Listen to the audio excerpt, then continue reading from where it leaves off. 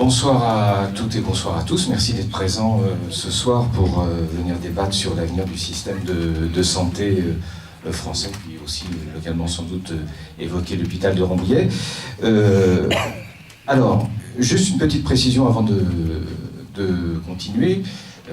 Nous sommes ici en tant qu'animateurs pour permettre à chacun d'exprimer son point de vue, ce que j'espère que vous ferez tout à l'heure, tout au long de cette soirée. On va remercier également le collectif de défense de l'hôpital de Rambouillet qui est à l'initiative de cette soirée. Et on va passer la parole dans quelques instants à M. Espina, qui va nous dire bien sûr quelques mots. Des personnalités devaient venir ce soir, elles sont excusées. M. Larcher, sénateur des Yvelines, Mme Butu, maire de la Verrière, M. Lavadou, conseiller municipal du Perret en Yvelines, Monsieur Max Neveu, qui lui devait venir, mais il est retenu par des problèmes de santé et il a été pris en charge d'ailleurs par le SMUR et les pompiers. Et il tenait à préciser que c'était de façon remarquable. Donc à sa façon, malheureusement, il participe à ce débat, à ces échanges qu'il va y avoir ce soir. Et il tient à rendre hommage à notre système de santé qui, comme il dit, qu'il ne faut pas détruire. Voilà. Également, excusez Monsieur Marc Rovert, maire de Rambouillet, qui devait participer à cette soirée, qui ne pourra pas être présent. Notons qu'il y a Monsieur Idrissa Boniounou qui est présent parmi nous, médecins urgentistes à Rambouillet. Bonsoir. Aussi Monsieur Francis Vincenti, président de la Ligue des droits de l'homme, qui est présent. Bonsoir. Madame Corinne Lepape, qui travaille en psychiatrie à l'hôpital de Plaisir, c'est bien cela. Vous êtes éducatrice et vous représentez le syndicat CGT de ce même hôpital. Voilà. Il y a également monsieur le maire de Boinville-le-Gaillard, avec des élus. Merci beaucoup d'être présent ce soir. Et on attend d'autres personnalités qui, je pense, arriveront en cours de débat. Notamment monsieur Cesbron. Monsieur Cesbron, voilà, qui est médecin animateur de la coordination nationale des collectifs de défense des hôpitaux et maternités de proximité et ancien obstétricien, je vais y arriver, à la maternité de l'hôpital de Creil, que la ministre de la Santé vient de fermer. Alors voilà, l'objectif de ce soir, c'est de vous permettre, toutes et tous, de confronter vos points de vue, de faire part de vos ressentis, d'exprimer vos idées et de les échanger. Tout ça dans un souci d'écoute de l'autre, bien évidemment, tout au long de cette soirée. Mais auparavant, comme tout à l'heure, je saluais le collectif de défense de l'hôpital de Rambouillet qui est à l'initiative de cette soirée. Je vais passer la parole à M. Lespina. Bien, merci à M. Josse.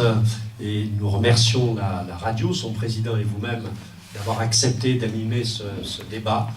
C'est tout à votre honneur. Nous avons pensé, nous, le collectif, qu'il était opportun en plein débat national, et quoi que l'on pense de la manière dont celui-ci est organisé, de tenir une soirée sur ce thème: quel système de santé, quel hôpital public pour nos besoins.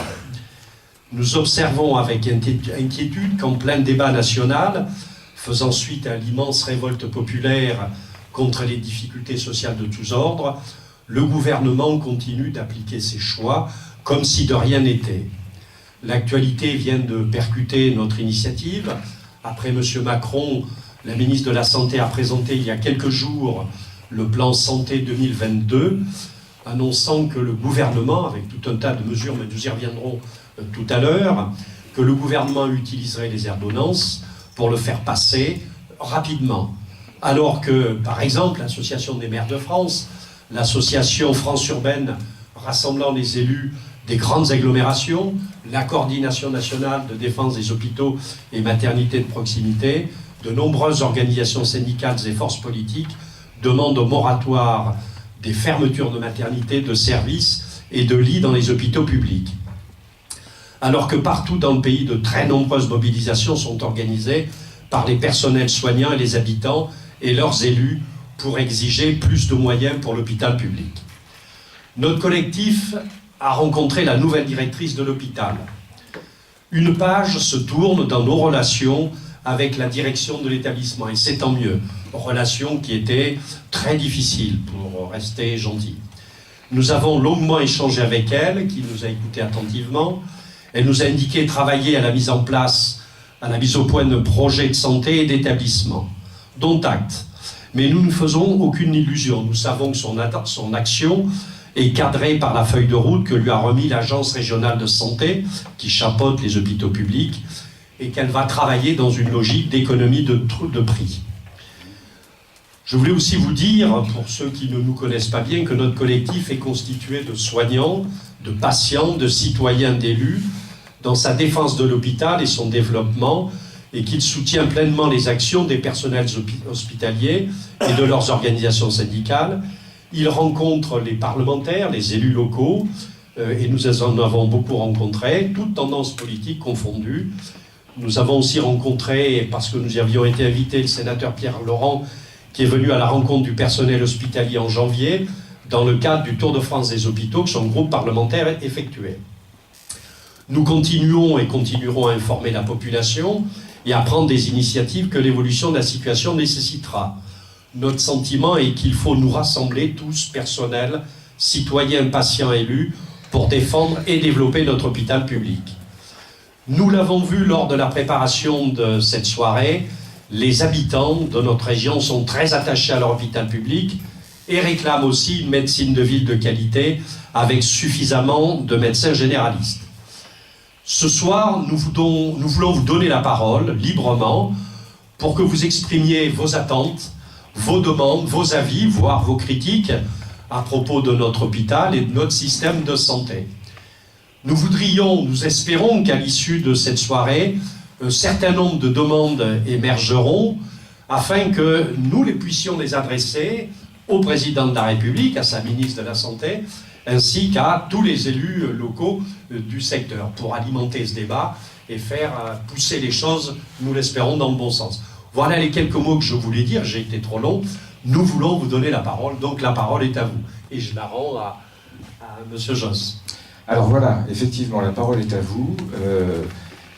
Oui, madame. Alors, vous allez la voir dans quelques instants. Je voulais juste amener une précision tout de suite. C'est que tout le monde doit essayer de s'exprimer. Donc, essayons tous de rester relativement concis et court pour que tout le monde puisse éventuellement parler, voire répondre ou échanger. Voilà. Madame.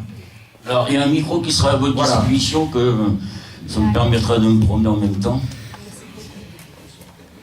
Alors, madame, peut-être pouvez-vous vous présenter? Oui, je suis Irène Lesage, j'habite au Perret-en-Yvelines et je ne suis pas dans le collectif, je suis juste usagée quand j'en ai besoin. De l'hôpital? De l'hôpital et de la médecine de ville. La médecine de ville. Au Perret, la médecine de ville, elle est dramatique. Il y a 3 médecins qui ne travaillent pas à temps plein pour une commune de près de 7000 habitants. Donc, je vous passe les détails dessus. Donc, pour un petit bobo, il faut attendre 4 jours pour un rendez-vous. Et on vous dit, allez aux urgences. Bon, ça, c'est une première chose. Moi, ce qui m'intéressait, dans un premier temps, pour démarrer correctement, c'est de savoir ce qui s'est passé depuis notre première rencontre. J'ai entendu parler de fermeture de services, j'ai entendu parler des réductions du personnel. Qu'est-ce qui s'est passé à l'hôpital de Rambouillet depuis le début de votre activité? Alors peut-être, Monsieur Espinet, on peut faire intervenir un médecin de l'hôpital de Rambouillet. Oui, oui. Monsieur Idrissa Bonounou, peut-être pour nous dire quelques mots. Bonsoir. Écoutez, je peux effectivement apporter des informations. Bon, moi, comme vous le savez, je suis médecin urgentiste. Bon, en plus, ça fait 25 ans que je suis à l'hôpital de Rambouillet. Voilà. Et les urgences, c'est la porte d'entrée sur l'hôpital. Donc,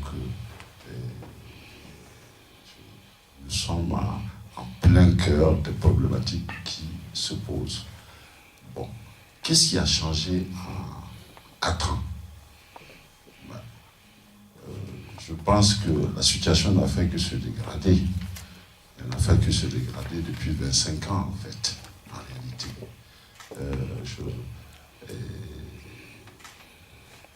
Alors qu'on était à un passage de près de 8 millions par an de passage dans les urgences il y a 15 à 20 ans de cela, aujourd'hui on se retrouve à peu près avec 22 millions, 23 millions de passages à travers les urgences. Bon, Mais cela correspond à une modification totale, en fait, du système de santé. C'est, premièrement, la défaillance totale de la médecine de ville. Voilà, elle a été programmée, cette défaillance-là. C'est-à-dire que nous avons un certain âge, nous savons comment ça se passait. Les médecins de ville faisaient des gardes, il y avait une permanence sanitaire la nuit. Le médecin de famille, à 3 heures du matin, se déplaçait pour aller voir son patient. Et le médecin de famille passait à l'hôpital les week-ends pour voir son patient hospitalisé. Eh bien, ça a beaucoup varié, ça. Ça n'arrive plus. Hein? C'est fini. Lorsque vous appelez pour une urgence, vous avez un répondeur qui est très clair. Adressez-vous au 15. La responsabilité du médecin de ville est complètement dégagée. Et les choses, vous passez par le 15, et le 15 ne cherche même pas midi à 14h. Le 15 vous dit, allez aux urgences. Quand il ne fait pas partir lui-même en vous envoyant une ambulance qui des fois coûte 200 €, beaucoup plus cher d'ailleurs que le coût de la prise en charge aux urgences. Mais voilà comment ça marche le système. Et nos politiques qui sont intelligents, hein, qui sont des économistes, qui sont des politiciens, qui ne peuvent pas avoir une vision de la société, ils savent très bien que ce système-là ne peut pas perdurer. Voilà. Donc, la réalité est la suivante, c'est qu'il y a une dégradation générale, voilà, la prise en charge des patients, en ce qui concerne la défaillance donc en médecine de ville. D'autres facteurs sont entrés en jeu, certainement. Le fait que la population médicale elle-même, elle a beaucoup varié. Elle a varié, c'est beaucoup de jeunes femmes maintenant, hein, près de 80% se retrouvent en population féminine, avec toutes les charges familiales qu'elles peuvent avoir. Et cette tendance, tout de même, à s'occuper de leur famille, ce qu'on comprend tout à fait. Donc, l'investissement, c'est pas la même chose. C'est fini un peu le bon temps où le médecin, c'était... Enfin, le monsieur médecin, travaillait, madame est à la maison avec les enfants, ça c'est pratiquement fini aujourd'hui. Donc effectivement, ça change la structure des prises en charge en ville aussi, et ça crée des difficultés. Bon, en tout cas, l'état des choses est le suivant aujourd'hui, pas suffisamment de médecins de ville.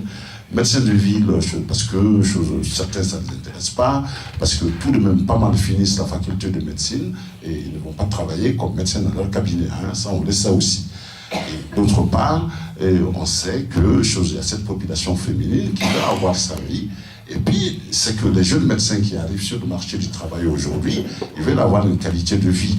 C'est fini aussi cette époque de la médecine où nous passions notre vie à l'hôpital, quoi. Voilà. Moi, j'ai passé ma vie à l'hôpital. J'ai pas vu mes enfants grandir, en réalité. Je dormais sur les tables, hein, voilà. Et je continuais à le faire, d'ailleurs. Les jeunes aujourd'hui ne font pas ça. Ils refusent de le faire. Les jeunes aujourd'hui, ils veulent faire leurs 35 heures, 39 heures, du moins leurs 39 heures. Et puis, pas plus de temps additionnel. C'est ça la réalité. Que ce soit à l'hôpital, que ce soit en ville. Donc, les choses ont beaucoup changé. Il y a une défaillance de la médecine de ville. Cette défaillance-là, ça se reporte sur quoi? Ça se reporte sur les urgences. Donc, première problématique que vous rencontrez, c'est la problématique d'arriver à ce quand vous arrivez aux urgences. Donc, les urgences qui sont surchargées, voilà, avec des horaires d'attente qui tournent autour de 5 heures, 6 heures, des fois même 8 heures de temps. Voilà. Avec, bien sûr, une dégradation aussi de la qualité de prise en charge. Parce que le personnel qu'il faut pour pouvoir assumer la prise en charge, on veut faire des économies là-dessus. On veut faire des économies, surtout du côté paramédical. C'est ça la réalité. Justement, si vous me le permettez. Oui. Madame évoquait, elle voulait faire le point sur les fermetures. Je fais juste une parenthèse. Nous saluons l'arrivée de monsieur David Jutier, qui est conseiller municipal de Rambouillet. Merci d'être venu ce soir. Donc, on en vient à une situation où, bien sûr, il y a des fermetures des lits. Les fermetures des lits, on sait ce que ça veut dire. Un lit d'hôpital, c'est quoi? Un lit d'hôpital, c'est un système, en fait, derrière le lit d'hôpital. Le lit ne pose aucun problème à l'administration. L'administration est capable d'acheter un lit à 100 000 €. Ce n'est même pas un problème à leur niveau. Ce qui est leur problème à leur niveau, c'est de payer des gens pour s'occuper des malades. C'est ça la réalité. Donc, un lit, c'est quoi? C'est 3 multiplié par 8, de façon générale. Ça veut dire il faut une infirmière, il faut une aide-soignante, il faut... une infirmière, une soignante, et en fait, on multiplie, puisque c'est à 8 heures, voilà. Donc, ça fait une masse salariale. C'est comme ça, ils voient les choses, hein. Voilà. Sinon, ce n'est pas le prix du lit qui pose un problème. Le prix du lit à 100 000 euros, ils l'achètent, sans aucun problème. Voilà. Mais maintenant, payer la masse salariale, ça, c'est leur problème. Leur problème, ils pensent faire des économies sur ça. Et donc, on se rend compte qu'en diminuant la masse salariale, essentiellement au niveau du personnel paramédical, eh bien, oui, ils comptent faire des économies, mais ce sont des économies de chandelle en réalité. Et ça se fait au détriment des patients. Voilà. Donc, concrètement, à l'hôpital de Rambouillet, nous subissons la même politique générale qu'il y a partout, hein, la fermeture des lits. Entre ce qui s'est, depuis 4 ans, on s'est vu tout de même avec une quarantaine de lits qui ont été fermés. Et les services qui ont été le plus touchés, c'est la chirurgie. En fait, l'objectif, c'était de fermer la chirurgie. Bon, on a tout de même passé de 52 lits à, aujourd'hui, 20 lits. On est à 20 lits. Donc, ils ont perdu 32 lits. Ça pose un problème pour la prise en charge des patients. Ça veut dire que quand vous arrivez à Rambouillet, que vous avez un problème chirurgical aigu, d'abord, vous n'êtes pas certain d'avoir un lit, hein, voilà. Il va falloir vous transférer, et vous transférer ailleurs. Et vous transférer ailleurs, qu'est-ce que ça veut dire? C'est une perte, puisque ce sont des comptables. Mais en réalité, c'est de la mauvaise comptabilité, parce que tout transfert de patient est une perte d'argent. C'est une perte d'argent, pourquoi? Parce que un lit, un séjour en chirurgie, c'est 1 800 euros. 1 800 euros, quand le patient vient, même pour une simple appendicite, vous venez pour une simple appendicite, je rappelle tout de même que l'appendicite, c'est le b.a.-ba de la médecine. Tout médecin ayant son diplôme de médecin est susceptible de pouvoir faire une appendicectomie. On vous met dans une situation où si vous êtes seul sur un bateau avec un patient qui a une péritonite appendiculaire, que vous avez du matériel, vous devez pouvoir l'opérer. Et l'intervention est possible, voilà, parce que c'est l'une des interventions les plus simples. Mais qu'est-ce qui se passe? Même à Rambouillet, nous avons été en été confrontés à une situation où très souvent nous avons transféré des appendicites à Chartres, à Versailles, à Ambroise-Paré ou bien à la clinique de Trappes. Parce qu'il n'y a pas de lit derrière. Ils ont fermé les lits. Et en fermé les lits, le problème, vous n'allez pas opérer quelqu'un et puis, secondairement, le transférer ailleurs. C'est pas possible, ça. Aucun chirurgien n'acceptera de prendre en charge ce que l'autre a fait sans qu'il sache très bien ce qu'il a fait. Donc, on s'est retrouvé dans ce genre de situation. On perd de l'argent. Ça, c'est une réalité. Donc, en chirurgie, ils souffrent de problèmes de lit. Alors, l'administration vous dira toujours, comme ils le disent à Rambouillet, mais très souvent, les lits ne sont pas occupés. Bon, le problème, on ne peut pas choisir un caractère un peu saisonnier. Voilà. Bon. Merci pour ce... On aura l'occasion de revenir sur ces sujets, bien évidemment, au cours de cette soirée, mais c'était important d'écouter témoignage de M. Bonulou, médecin urgentiste. Il vous manque une réponse. Excusez-moi, il me manque une réponse. Est-ce qu'il y a des services qui ont fermé à un moment donné? J'ai entendu parler de la fermeture de la gérontologie, de la dictologie, etc. Alors, est-ce qu'ils ont été fermés, ces services, ou pas? Oui. La dictologie a été fermée. La dictologie, donc, un service avec 11 lits, a été fermé. Je rappelle que ce service a été rénové il y a à peine 5 ans de cela. Bon, c'est un peu particulier, hein, c'est d'habitude les populations les plus fragiles, tout de même, la partie la plus fragile de nos populations qui se retrouvent en addictologie, l'alcool, le cannabis, etc. Donc, ça a été fermé, ça. Alors, est-ce qu'en gériatrie, les lits ont été fermés? Non, en gériatrie, les lits n'ont pas été fermés. Est-ce qu'en cardiologie, les lits ont été fermés? Et non, les lits n'ont pas été fermés en cardiologie. On s'est battu pour cela, sinon ça a failli arriver. Voilà, ils voulaient en venir à 20 lits, ils n'en sont pas à cette situation. Ils sont à 27 lits toujours, ils ont été obligés de reculer. Bon, il n'y a pas d'autres lits de fermés. Bon, mais ceci dit, la problématique reste générale, à savoir qu'il n'y a pas suffisamment de lits derrière. Et c'est ce qui fait les longues files d'attente aux urgences d'une part, et puis la terreur des médecins quand ils viennent le matin, et la terreur chez les infirmières, le mal au ventre quand ils viennent le matin. Parce que quand vous arrivez le matin et que vous avez 10 patients qui sont entassés dans la salle des urgences, et qu'il va falloir gérer ça toute la journée jusqu'à 15 heures, le temps qu'on trouve un lit, c'est une problématique. Et les filles sont terrorisées par ça. C'est parce que les risques d'erreur sont très très élevés. Hein, et quand il y a des erreurs, vous avez votre responsabilité individuelle pénale qui est engagée. Et pour le médecin, le risque d'erreur aussi est élevé. Merci. Merci. Madame Corinne Lepape souhaitait intervenir également. Merci. Je vais essayer de faire court, mais déjà présenter quand même un peu la situation au niveau du département, puisque je fais partie de l'Union de la santé départementale.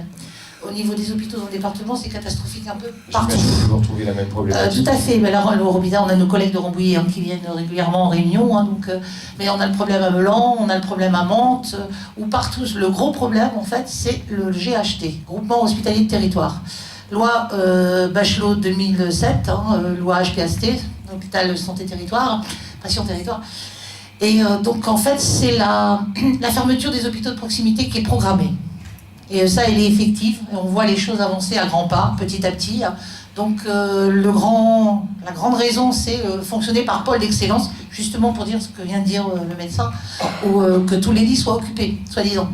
Sauf que quand on s'aperçoit, quand on ferme des lits sur certains secteurs, c'est pour aller vers l'hôpital support, c'est-à-dire que chaque département, normalement, a un hôpital support. Dans les Yvelines, on en a 2, puisqu'on a un GHT Nord, un GHT Sud. Donc, dans le Nord, c'est Poissy. Dans le Sud, ici, nous, c'est Versailles, l'hôpital Mignon. Le gros problème actuellement, c'est qu'on voit bien que tout ce qui est autour doit être, en fait, l'aval de Mignon. C'est-à-dire que la tête de pont, c'est lui qui décide si j'ai besoin de ça. Aujourd'hui, en gros, dans un hôpital, vous avez besoin d'une gomme, d'un crayon ou autre, vous faites une demande et c'est le GHT qui parle. Il faut que ça passe par Versailles. Il faut avoir le retour de Versailles pour acheter un malheureux crayon, une malheureuse gomme ou autre. Par contre, quand il y a des projets d'audit ou autres qui sont faits dans des hôpitaux qui ne servent à rien, on n'a pas besoin, là c'est marrant, le GHT ne se bouge pas, on n'entend rien. Au niveau de la fermeture des lits, je vais essayer d'être précise. L'hôpital de Plaisir, on est un hôpital qui est un petit peu particulier dans la région, puisqu'on est à la fois gérontologique, médico-social et psychiatrique, il vient de la fusion de l'hôpital Charcot, qui était de la psychiatrie, et de la GMS, qui était hôpital gérontologique et médico-social. Donc nous avons des EHPAD pour les maisons de retraite, nous avons de l'USLD, c'est-à-dire les soins de longue durée, nous avons de la psychiatrie et nous avons aussi de la médecine MCO, c'est-à-dire la médecine de court séjour, qui en général qui est l'aval de Versailles, puisque tout ce qui est opéré en fracture ou autre vient en rééducation chez nous, ou tout ce qui est pour les personnes âgées, les chutes à domicile ou autres qui passent par les urgences, viennent après en médecine chez nous. On s'aperçoit que petit à petit, on grignote les lits. Nous, on avait 467 lits d'EHPAD il y a une dizaine d'années. Aujourd'hui, on en est à 220. Et il y a encore une menace de refermer 10. À Ably, l'EHPAD d'Ably va passer en partenariat privé. Et c'est la grande mode actuellement, c'est-à-dire que tout est vendu au privé. Que ce soit les lits du SLD, que ce soit les lits d'EHPAD, on a une volonté départementale de donner au privé. Partout où on ferme des lits, nous à chaque fois à Plaisir, à chaque fois qu'on a fermé des lits, comme par hasard, on a vu arriver Corian, Orpea ou autre, à Bois d'Arcy, à Guyancourt ou autre. Il faut savoir qu'au niveau des prix du tarif de journée, donc je vais vous donner l'hôpital public, on tourne entre 2003 et 2700 euros pour un EHPAD, 3300 euros pour un USLD. En EHPAD privé, la moyenne est de 3005 à 4005. Par mois. Par mois. Donc je ne sais pas qui a les moyens en retraite de payer ça. Il faut savoir que si ça retombe, après ça retombe sur les enfants, et même sur les petits-enfants, puisque c'est une dette qui peut se véhiculer. Au niveau de la volonté des hôpitaux, et j'ai envie de citer, Christophe Prudhomme l'a cité il y a quelques jours, ou autre, ils ont eu le problème à l'hôpital Avicenne, où ils ont eu une urgence d'un patient et pas de lit derrière. Et donc ce patient s'est retrouvé en Seine-et-Marne. Donc du 93, se retrouver envoyé en Seine-et-Marne parce qu'il n'y avait pas de lit à l'hôpital Avicenne de disponible dans le coin. Et c'est ce qui risque de se passer de plus en plus. Et on se dit aujourd'hui, moi la question que je me pose, c'est quelqu'un qui aujourd'hui à Ably va faire un AVC ou un truc assez grave, si on doit l'emmener à Versailles, quelle est sa chance de survie, on va dire, parce que on nous dit toujours qu'il faut intervenir très rapidement. Donc, mais c'est pas la volonté de nos tutelles, de nos dirigeants. On sait qu'il manque 500 lits d'EHPAD dans le département, et au lieu de les laisser dans le public, non, on fait des offres au privé. On sait qu'il y a des problèmes par rapport à justement l'hôpital de Versailles, où il y a des délais d'attente aux urgences qui sont quand même entre 9h et 12h, parfois. Ça dérange personne que des gens se retrouvent sur des brancards ou autres. Et ce qu'on a vu à Aubervilliers ou autre, où il y a des gens qui meurent sur des brancards aux urgences. Faute de moyens, parce qu'il n'y a pas de lit, parce qu'il n'y a pas assez de personnel. Donc on met le personnel en 12 heures pour faire des économies. Mais il faut savoir qu'en 12 heures de temps, au bout de 3 jours, le 3e jour, le personnel n'est plus du tout... j'ai envie de dire qu'on n'est plus étanche. Parce qu'au bout de 3 jours, franchement, pour pouvoir tenir, pas faire d'erreur, rien, c'est très très très difficile. Donc il y a des conditions de travail qui sont vraiment abominables. On en arrive aujourd'hui à avoir des sous-effectifs au point où on ne peut plus faire de mouvements de grève ou autre dans les hôpitaux. On est obligé de faire des débrayages d'1 heure parce que les gens ne peuvent pas, ils sont réquisitionnés parce qu'il y a trop peu de monde. On est toujours en effectif. On n'est plus en effectif normal, on est toujours en effectif minimum. On gère toujours l'urgence, on gère toujours la pénurie. Donc aujourd'hui, l'hôpital, c'est ça. On gère la pénurie. Aujourd'hui, même syndicalement parlant, notre combat, c'est pas d'avoir plus, comme nos anciens qui se battaient pour améliorer les choses ou autres. Aujourd'hui, on se bat pour avoir les moyens de travailler, et de travailler correctement. Et donc ça, c'est quand même vraiment quelque chose de nouveau, j'ai envie de dire. Et d'autre part, par rapport à la souffrance ou autre, regardez, avant, il n'y avait pas de suicide à l'hôpital. Regardez aujourd'hui le nombre de suicides dans les hôpitaux, que ce soit médecins, infirmières, aides-soignantes ou autres, parce que les agents ne peuvent plus. Moi, je vais vous raconter, j'ai été appelée un matin par une collègue qui est aide-soignante sur un EHPAD. Elle s'est retrouvée le matin toute seule. Sa collègue ne pouvait pas venir, donc elle s'est retrouvée seule avec 30 patients, c'est pas mal pour s'occuper. Elle commence son petit déjeuner, elle me dit, première chambre, le malade complètement souillé. Elle me dit, qu'est-ce que je fais? Je laisse mon chariot refroidir, je nettoie mon patient avant, ou bien je continue, et je continue à servir et je laisse le patient là. À la fin, au bout d'une demi-heure, elle était en larmes, en disant, je suis maltraitante. Et c'est l'établissement qui rend maltraitant. Donc le problème aujourd'hui, c'est ça. C'est qu'on est en train de tuer l'hôpital public parce qu'on donne des conditions de travail qui sont inacceptables et des conditions de prise en charge qui sont de plus en plus difficiles et les gens font ce qu'ils peuvent. Merci madame. Quelqu'un veut intervenir? Alors monsieur, présentez-vous. Oui, Jean-Louis Flores, maire de Boinville-le-Gaillard. Donc je voulais juste faire une petite... vous contredire sur l'EHPAD d'Ably. Je suis au conseil d'administration et effectivement, le département et l'ARS voulaient fermer cet EHPAD, vu qu'il n'y a que 40 places et que c'est pas rentable, donc il devait être fermé. On ne nous a pas du tout aidés et les conseillers départementaux qu'on a vus nous ont dit il y a une solution, c'est le privé, c'est très bien. Donc nous, on ne voulait pas, avec M. Barthes, qui est le maire d'Ably, et on s'est battu.